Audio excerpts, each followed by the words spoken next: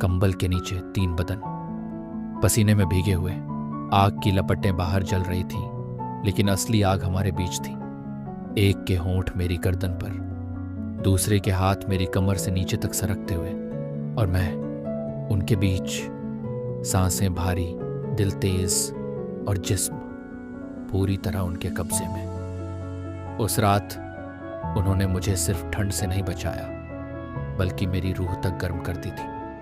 नमस्ते दोस्तों, मैं आयुष, और आज एक ऐसी रात की दास्तान लेकर आया हूँ जहाँ ठंडी हवाओं में भी जिस्म की गर्मी महसूस होती है, जहाँ एक अनजाना स्पर्श दिल की धड़कनों को बेइंतहा बढ़ा देता है। ये है समीर की कहानी, एक सर्द रात, 2 अजनबी और एक चिंगारी जो देखते ही देखते आग बन गई। हर नज़र, हर लम्हा हद से ज़्यादा करीब और हद से ज़्यादा हसीन। तो चलिए डूबते हैं इस सफ़र में। और हाँ, सब्सक्राइब करना मत भूलिए, क्योंकि असली मज़ा तो अभी शुरू हुआ है। दिसंबर की वो रात, हवा में चुभन थी और आसमान पर बादल ऐसे मंडरा रहे थे जैसे कोई तूफान दबे पांव आ रहा हो। मैं समीर, 21 साल का, लंबा, गोरा, गुलाबी होंठों वाला, और हाँ, लड़कियों जैसी नरमी लिए हुए। भगवान ने शायद हर अंग को बड़ी फुर्सत में तराशा था, चेहरे पर मासूमियत और शरीर में वो नफासत जिसे देखकर कई बार लोग कंफ्यूज हो जाते थे कि मैं लड़का हूँ या लड़की। लेकिन मेरे अंदर की पहचान साफ थी। मुझे हमेशा से मर्दों में ही खिंचाव महसूस होता था। बचपन से ही उनकी गहरी आवाज़, चौड़ी छाती और गर्म सांसें मुझे बेचैन कर देती थी। कॉलेज में कई लड़के मिले, कुछ ऑनलाइन भी, पर कोई भी वो एहसास नहीं दे पाया जो मैं चाहता था। मैं सिर्फ जिस्म नहीं चाहता था, मैं चाहता था कि कोई मुझे पूरे दिल से महसूस करे। उस रात क्रिसमस पार्टी से निकलते हुए मैंने सोचा था कि एक टैक्सी लेकर सीधे घर जाऊंगा, लेकिन तकदीर शायद मेरे लिए कुछ और ही लिख चुकी थी। आधी रात, सड़कें सुनसान और अचानक बारिश की बूंदें। शुरुआत में तो वो बूंदें ठंडी पर मीठी लगी, लेकिन कुछ ही मिनटों में वो तूफान बन गई। शर्ट मेरे जिस्म से चिपक गई और ठंडी हवा ने जैसे हर नस में बर्फ घोल दी। 8 किलोमीटर पैदल घर जाना, सोचकर ही पैर भारी हो गए। लेकिन तभी मेरी नज़र पड़ी सड़क के किनारे खड़ा एक पुराना टूटा फूटा थिएटर। सालों से बंद पड़ा होगा, दीवारों पर काई जमी थी और खिड़कियों में धूल की मोटी परत, पर उस वक्त वो मेरे लिए किसी मंदिर से कम नहीं था। अंदर घुसते ही सीलन और मिट्टी की गंध ने मुझे घेर लिया। कोनों में अंधेरा था, लेकिन बीच में टूटी कुर्सियों का ढेर पड़ा था। मैंने एक कुर्सी खींची, जेब से सिगरेट निकाली और एक लंबा कश लिया। धुआं जैसे गले में उतरकर शरीर में हल्की गर्मी भरने लगा। फिर मैंने सामने रखे कुर्सी के फोम को फाड़ा, लाइटर जलाया और एक छोटी सी आग सुलगा दी। आग की लपटें उठी तो ठंड से कांपते हाथ थोड़े स्थिर हुए। तभी कदमों की आहट, मैं चौंक पड़ा। इतनी रात को यहाँ कौन? दिल की धड़कन तेज हो गई, कहीं चोर लुटेरे तो नहीं। लेकिन जैसे ही वो परछाइयां पास आईं, आग की रोशनी में 2 चेहरे साफ दिखने लगे। दोनों लड़के, एक की उम्र लगभग 23 साल, दूसरा थोड़ा बड़ा, शायद 25। चौड़े कंधे, गेहुआ रंग और चेहरे पर वो मर्दाना नूर जिससे नजर हटाना मुश्किल था। भीगे हुए बाल माथे पर चिपके थे और उनकी सांसें ठंड से धुंध छोड़ रही थीं। भाई, आग सेंकने देंगे? बड़े वाले ने मुस्कुराकर पूछा। मैं बस हल्का सा सिर हिला पाया। वो दोनों भी आग के पास बैठ गए। थोड़ी बातें हुई, नाम पता चला, अकरम और वासिम। दोनों भी क्रिसमस पार्टी से लौट रहे थे और बारिश में फंस गए थे। थोड़ी देर बाद अकरम ने भीगी शर्ट उतार दी, फिर वासिम ने भी। आग की लपटें उनकी गीली, मजबूत छाती पर चमक रही थीं। पानी की बूंदें उनके चौड़े कंधों से बहकर बाजुओं पर फिसल रही थीं। मेरी नजरें बेकाबू हो गईं। कभी अकरम की चौड़ी छाती, कभी वासिम के उभरे हुए बाजू। उनके शरीर से उठती हल्की सी पसीने और मर्दाना इत्र की खुशबू ठंडी हवा में और भी नशीली लग रही थी। फिर अकरम ने अपनी गीले जीन्स के उतार दी। वासिम ने भी वैसा ही किया। अब दोनों सिर्फ निक्कर में थे। शोल्डर की मांसपेशियां तनी हुई और रोशनी में चमक रही थीं। मेरे गले में एक अनजाना सूखापन भर गया। दिल की धड़कन इतनी तेज थी कि जैसे बाहर निकल आएगी। वासिम ने मुझे देखा। तुम भी कपड़े उतार लो वरना ठंड लग जाएगी। मैंने हिचकिचाकर शर्ट उतारी। फिर अकरम बोला, पैंट भी उतार दो, शर्म किस बात की, लड़के हैं हम सब। मेरे होंठों से धीमी सी आवाज निकली, अंदर कुछ नहीं पहना। अकरम हंसा। तो क्या हुआ, ये लो तौलिया लपेट लो। मैंने पैंट उतारी, तौलिया बांधा। अब हम तीनों आग के पास बैठे थे। शरीर से उठती गर्मी और नजरों से फैलती खामोशी दोनों मुझे घेर रही थी। वासिम की आंखें मुझ पर टिकी थीं। अकरम का हाथ आग सेंकते हुए मेरे घुटने को हल्का सा छू गया। वो छूना इतना नर्म था कि पूरे जिस्म में जैसे बिजली दौड़ गई। तभी अचानक ठंड ने जैसे मेरे पूरे शरीर को जकड़ लिया। होंठ नीले, हाथ सुन्न और मेरी आंखें बंद हो गईं। अरे समीर, सुनो। वासिम की आवाज दूर से आती लगी। अकरम ने मुझे कुर्सी पर टिकाया, मेरे हाथ रगड़ने लगे। वासिम ने झुककर मेरे होठों पर अपने होंठ रखे और ऑक्सीजन देने के लिए। उनके होंठों की गर्मी ठंडी सांसों में उतरने लगी। नहीं हो रहा, इसे बदन की गर्मी देनी पड़ेगी, वासिम ने धीमे से कहा। अकरम ने पहले मना किया, पर फिर उसकी आंखों में भी चिंता और कुछ और चमक उठा। वासिम ने मेरा सिर अपनी छाती पर टिकाया। अकरम ने मेरे पैरों को अपनी बाहों में लिया। उनके बदन की गर्मी, उनके हाथों का दबाव धीरे धीरे मेरी ठिठुरन को पिघलाने लगे। वासिम का हाथ मेरी गर्दन से कमर तक, अकरम का स्पर्श मेरी जांघों पर। आंखें बंद थीं, लेकिन एहसास हर जगह हो रहा था। रात का वो सन्नाटा, आग की लपटों की आवाज और दो अनजान मर्दों की गर्म सांसें। उस पल ठंड में भी मेरा जिस्म तप रहा था। सुबह की हल्की रोशनी टूटी खिड़की से भीतर आ रही थी। मेरे हाथ अब भी तौलिए में लिपटे थे और शरीर आधा गर्म आधा ठंडा। आंखें खोली तो देखा अकरम और वासिम कहीं नहीं थे। मैं धीरे धीरे उठकर बैठा। चारों तरफ बस उस रात निशान, आग की राख, टूटी कुर्सी और वो हल्की सी मर्दाना खुशबू जो अब भी हवा में तैर रही थी। दिल में अजीब सी बेचैनी थी, जैसे कुछ अधूरा छूट गया हो। मैं बाहर निकलने ही वाला था कि अचानक पीछे से किसी ने पुकारा, अरे जा कहाँ रहे हो? मुड़कर देखा, दरवाजे पर वही दोनों खड़े थे। भीगे बालों पर पानी की बूंदें अब भी टपक रही थीं। अकरम के हाथ में 3 कप चाय और वासिम के हाथ में एक बड़ा सा कंबल। तुम्हें यूं ही छोड़कर थोड़ी जा सकते थे, वासिम ने मुस्कुराकर कहा। उसकी मुस्कान में कुछ था, देखो तो मासूम लगे, पर आंखों में एक अलग सी चमक जो सीधा दिल में उतर जाती थी। उन्होंने मुझे वापस अंदर खींच लिया।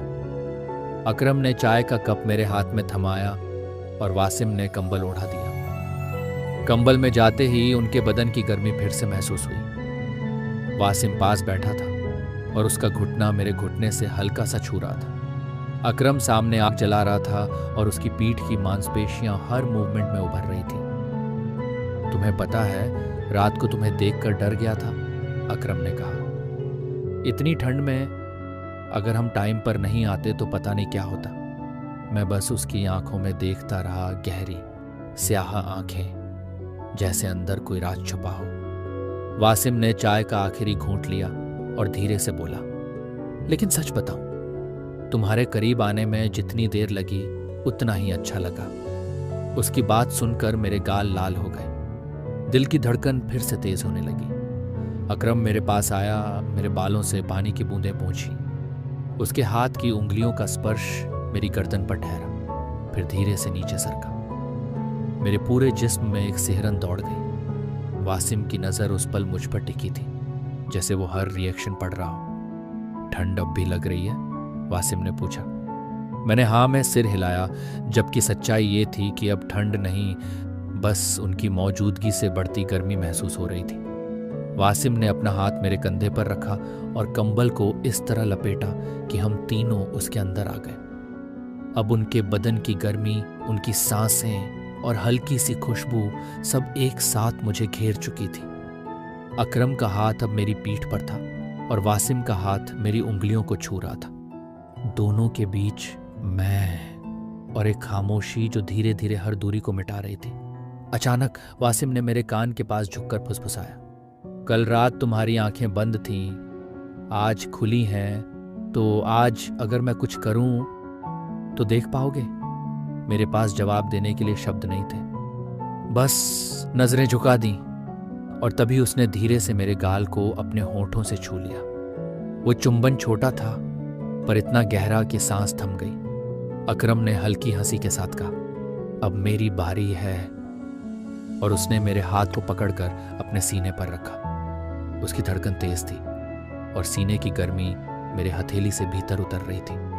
उस पल मुझे लगा ये दोनों सिर्फ अजनबी नहीं हैं, ये वो लोग हैं जिनकी मौजूदगी मेरे अंदर छुपी आग को भड़काने के लिए ही किस्मत ने भेजी है। कुछ देर हम यूं ही बैठे रहे, एक दूसरे के करीब, कंबल में लिपटे, बिना कुछ कहे। बस सांसों और दिल की धड़कनों की आवाज थी।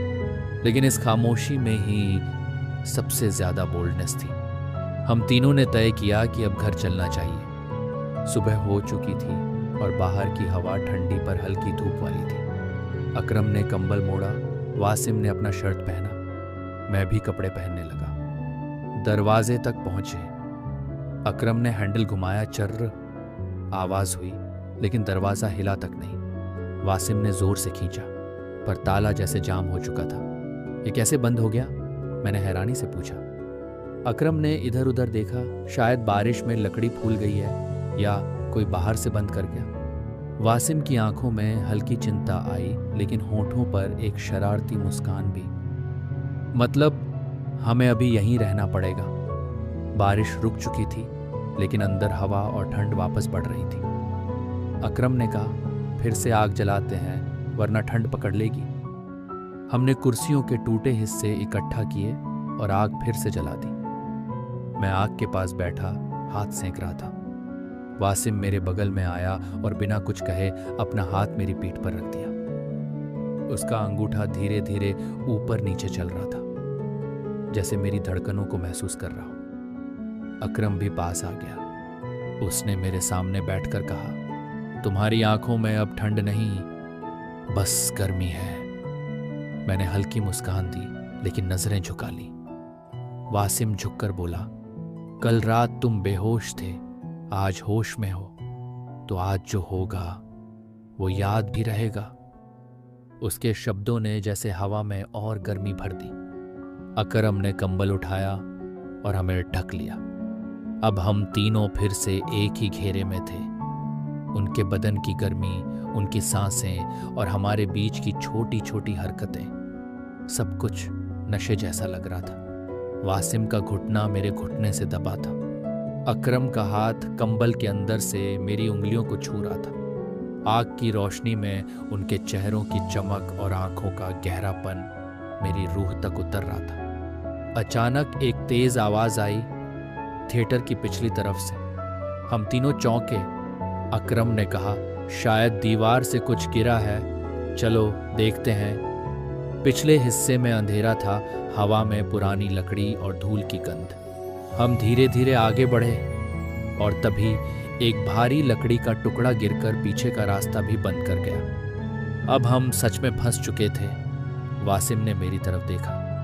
लगता है किस्मत चाहती है कि हम अभी यहीं रहें। उसके लहजे में डर कम और चाहत ज्यादा थी। हम वापस आग के पास लौटे। वासिम ने मेरी तरफ झुककर कहा, तुम्हें ठंड लग रही है? मैंने हल्के से कहा, थोड़ी। उसने मेरी ठुड्डी उठाई, मेरी आंखों में देखा और फिर धीरे से अपने होंठ मेरे कान के पास ले आया। गर्म सांसों ने जैसे मेरे पूरे शरीर को पिघला दिया। अकरम ने कंबल में और पास खींच लिया। उसकी उंगलियां मेरे कंधे से होते हुए बाजू पर आ गईं। वासिम का हाथ अब मेरी कमर पर था और तीनों की सांसें जैसे एक ही ताल पर चल रही थी। वो कोई जल्दबाजी नहीं कर रहे थे, बस हर टच, हर नजर, हर सांस धीरे धीरे माहौल को और गर्म कर रही थी। आग की लपटें नाच रही थीं, बाहर हवाएं चल रही थीं और अंदर हम तीनों के बीच की दूरी खत्म हो रही थी। उस पल थिएटर की दीवारें, बाहर का मौसम, बंद दरवाजे सब गायब हो चुके थे। बस था एक बंद जगह में 3 धड़कते हुए दिल और बढ़ती हुई गर्मी। कंबल के नीचे तीनों के बदन और भी पास आ चुके थे। आग की गर्मी बाहर थी, लेकिन असली ताप हमारे बीच था। वासिम का हाथ मेरी कमर से होता हुआ मेरी पीठ तक चला गया। उसकी उंगलियां हल्के हल्के मेरी त्वचा पर घूम रही थीं, जैसे हर इंच को याद कर लेना चाहती हूं। अकरम ने धीरे से मेरी उंगलियां थाम ली, फिर उन्हें अपने होठों के पास ले गया।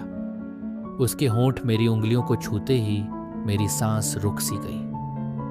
कंबल के अंदर अंधेरा था, लेकिन आंखें इतनी करीब थीं कि उनकी चमक महसूस हो रही थी। वासिम मेरी तरफ झुका, उसका सीना मेरे सीने से टकराया और वो गर्माहट मेरी ठंड में सीधे उतर गई। उसने मेरा चेहरा अपनी हथेली में लिया और बिना कुछ कहे अपने होंठ मेरे होठों पर रख दिए। पहले हल्का, फिर गहरा। उसकी सांसों की गर्मी मेरे मुंह में उतर रही थी, जैसे वो मुझे पूरा भर देना चाहता हो। अकरम ने पीछे से मुझे अपने बाजुओं में खींच लिया। अब मैं दोनों के बीच था, आगे वासिम, पीछे अकरम। एक की सांसें मेरे होंठों पर, दूसरे का सीना मेरी पीठ से सटा हुआ। वासिम के होंठ मेरे होंठ छोड़कर मेरी ठुड्डी से होते हुए गर्दन पर चले गए। उसके हर चुंबन के साथ मेरी धड़कन तेज होती जा रही थी। अकरम का हाथ कंबल के अंदर से मेरी पेट पर आ गया। उसकी उंगलियां हल्के से मेरी त्वचा पर गोल घुमाते हुए नीचे की तरफ बढ़ी। मेरे बदन में जैसे बिजली सी दौड़ गई। वासिम ने अपनी हथेलियों से मेरा चेहरा पकड़कर फिर से होंठों को कैद कर लिया, इस बार और लंबा और गहरा। आग की लपटें अब हमारे चेहरों पर और ज्यादा नाच रही थी। बाहर ठंडी हवा दीवारों से टकरा रही थी, लेकिन अंदर सांसें भारी हो चुकी थीं। कंबल के नीचे सिर्फ त्वचा से त्वचा का स्पर्श था। अकरम की उंगलियां मेरी कमर को थाम रही थीं और वासिम का सीना मेरी धड़कन के साथ तालमेल बिठा चुका था। एक पल के लिए हम तीनों के बीच कोई शब्द नहीं था, बस सांसों की आवाज की हल्की खनक और दिल की धड़कनें। मेरी उंगलियां वासिम के कंधों पर थीं, उसकी पकड़ और मजबूत हो गई। पीछे से अकरम की ठुड्डी मेरे कंधे पर टिक गई और उसके होंठ मेरी गर्दन के पीछे उतर गए। वासिम ने फुसफुसाया, तुम्हें पता है, अगर ये दरवाजा अभी खुल भी जाए, मैं तुम्हें जाने नहीं दूंगा। अकरम ने धीमे से कहा, और मैं भी नहीं। उनके शब्दों में जो चाहत थी, उसने मेरे अंदर की आखिरी हिचक भी पिघला दी। मैंने भी हाथ बढ़ाकर वासिम को अपने और पास खींच लिया। उसके होंठ, उसका सीना, उसका हर स्पर्श अब मेरे लिए अनजान नहीं रहा। कंबल के नीचे तीनों के बदन पसीने से भीग चुके थे। आग की गर्मी, सांसों का ताप और ठंडी हवा का हल्का झोंका, ये मिक्स ऐसा था कि हर सेकंड और नशा बढ़ रहा था। वासिम की हथेली मेरी जांघ तक आ चुकी थी। अकरम का सीना मेरी पीठ पर और जोर से दबा हुआ था। अचानक एक चर्र की आवाज आई। हम तीनों ने हल्का सा चौंक कर देखा। दरवाजा जो पूरी रात बंद था, अब खुद ब खुद खुल चुका था। हमने एक दूसरे की तरफ देखा। वासिम मुस्कुराया। लगता है थिएटर को भी अब हमारी गर्मी से राहत चाहिए थी। हम धीरे धीरे हुए उठे, लेकिन आंखों में वो रात हमेशा के लिए कैद हो चुकी थी। बाहर सुबह की ठंडी हवा थी, लेकिन मेरे अंदर अब कोई ठंड नहीं बची थी।